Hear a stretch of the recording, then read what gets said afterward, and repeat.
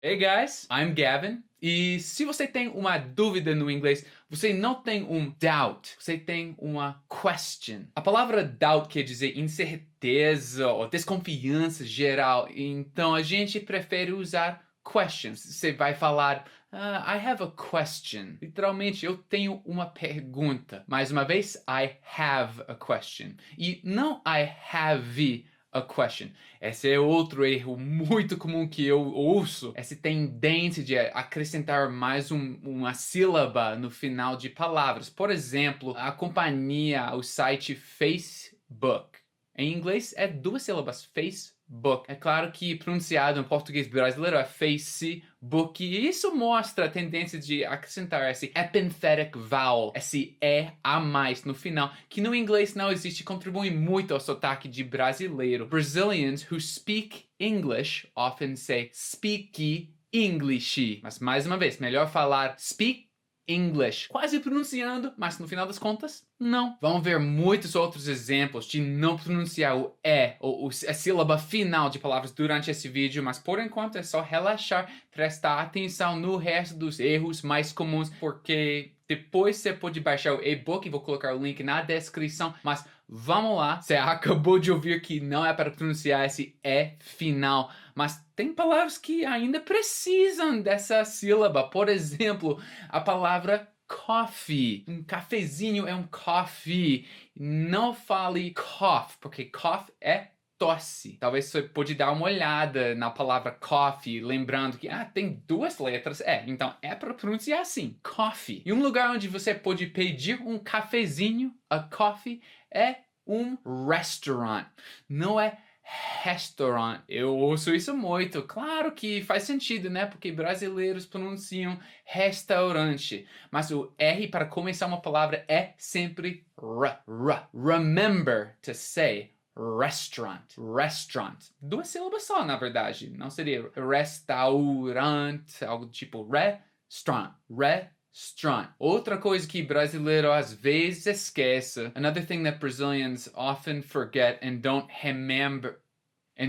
remember é usar a palavrinha it, que é o nosso sujeito oculto. Ou seja, em português vocês podem falar tá chovendo, está chovendo. Em inglês, a tradução literal seria is raining. Só que a pergunta agora na cabeça de um nativo, como eu, vai ser o que tá chovendo? A gente precisa mencionar o sujeito, mesmo quando não tem um sujeito óbvio, né? O céu tá chovendo, a nuvem tá chovendo. Eu não sei. A gente usa it is raining. It is nice to meet you. It is 3 o'clock. E aí, muitos brasileiros acham que a palavra para perguntar tá correto? Depois de falar alguma coisa no inglês, seria em inglês is it correct? Primeiro, deixa eu te falar que isso tá ótimo, que agora você tá pensando na palavra it. Ok, tá gramaticalmente certo, correto. Só que a gente prefere usar is that correct? Referindo-se à coisa que você acabou de falar. That para falar de um momento, uma coisa específica, em vez de esse it meio abstrato, assim. Então, falei alguma coisa? Se você tem uma question sobre se você falou certo, você pode perguntar para outra pessoa, para um nativo, is that correct? Ou was that correct? What I just said, falando no passado. Mas bom, tá sempre certo falar is that correct? Ou melhor ainda, na verdade, seria is that right? Prefiro usar menos sílabas quando possível. Is that right? Was that right? Right é apenas uma sílaba, em vez de duas, né? Correct. Existem outros exemplos de palavras assim que vocês falam em português, mas a gente prefere usar a versão com menos sílabas. Por exemplo, nossa, tá difícil. A gente ia falar, wow, that's hard. That's hard. Hard em vez de difficult. Claro que difficult existe no inglês, mas é 10 vezes mais comum ouvir e falar hard, porque tá mais fácil. It's easier. Wow, that's easy. That's not hard. Thank God. E não thanks God. Esse é um erro muito comum que também ouço brasileiro falar thanks God com esse S, né? Mas não é preciso aqui. Talvez venha da frase em português, graças a Deus.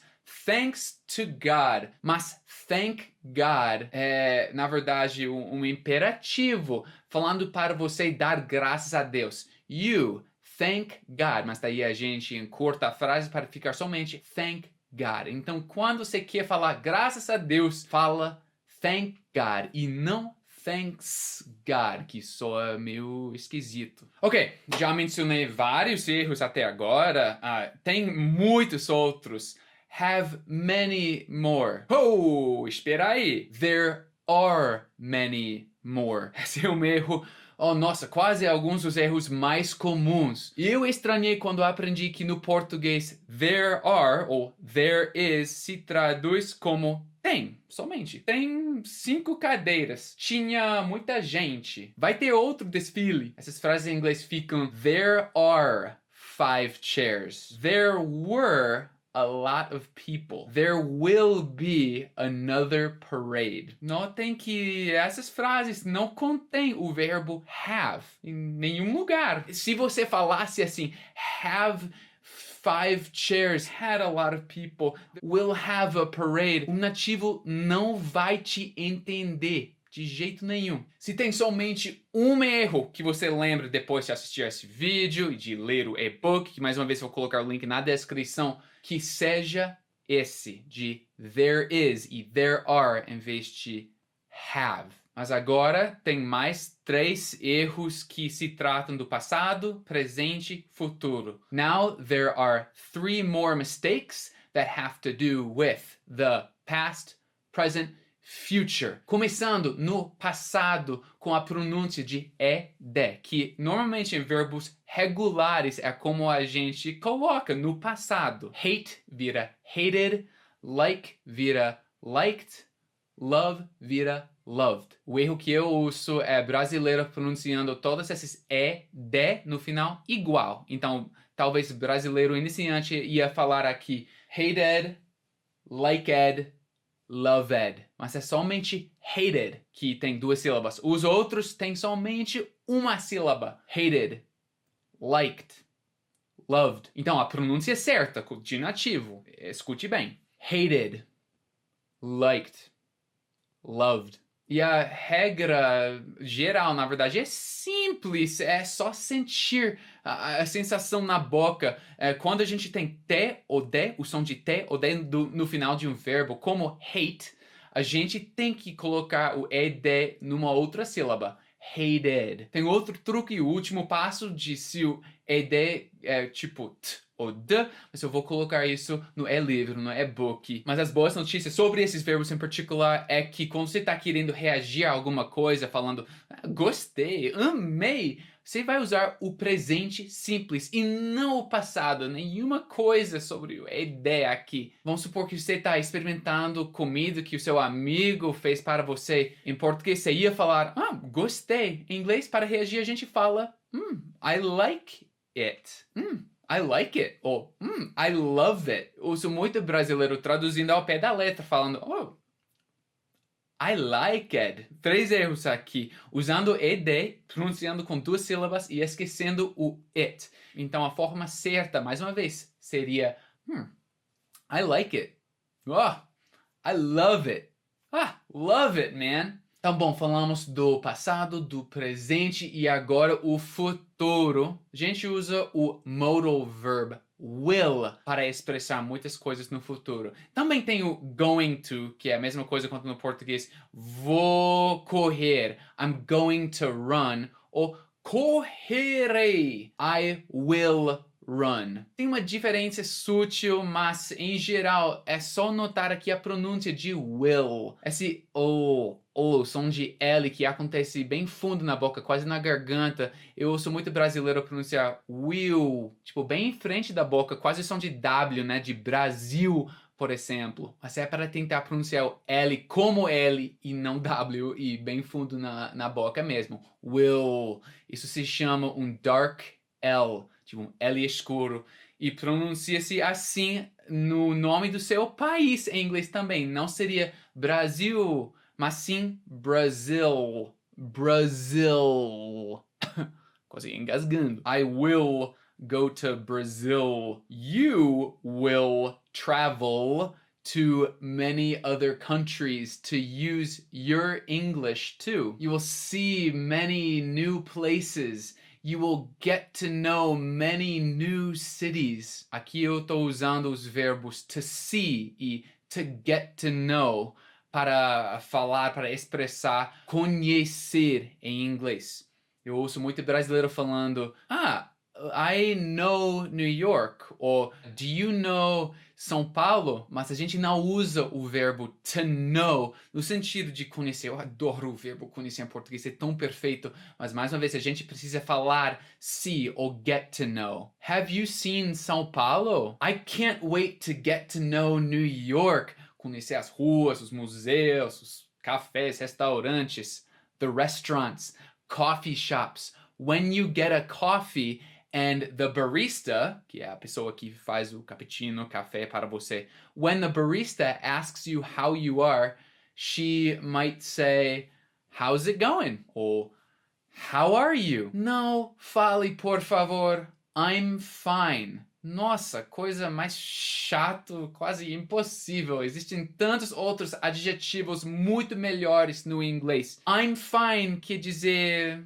mais ou menos, né? Que não é nem bom, bem. É só ok. Você poderia falar I'm just okay. Ou até I'm bad. Tô meio mal.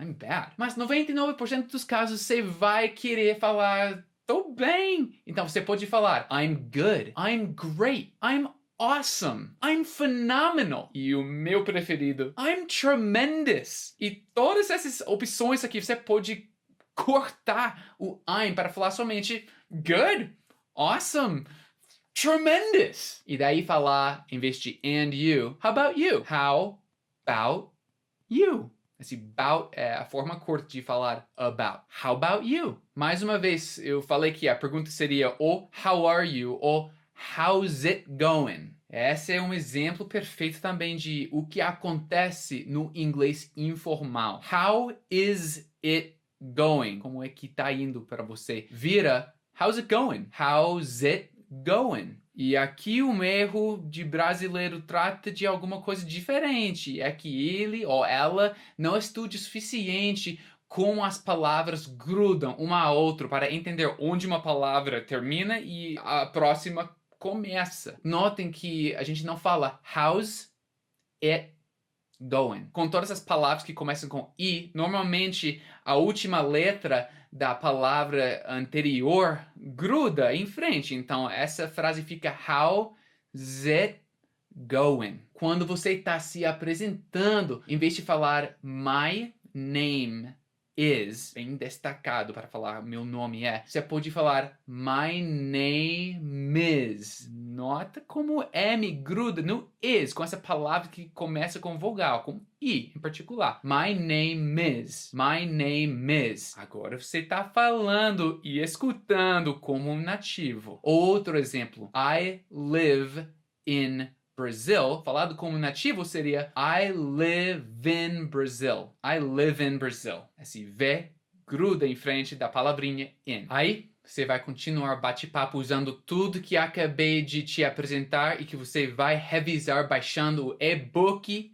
Depois, o link está na descrição para você ver todos os demais erros também, os erros mais comuns. Esse vai ser o jeito mais eficiente, mais fácil de dar um up no seu inglês, aprimorar seu inglês informal agora mesmo. Vá lá, corre lá, go check it out, download it. You will love it and you will see the biggest mistake that I hear too. There are many mistakes in this ebook, but it will include the biggest at the end.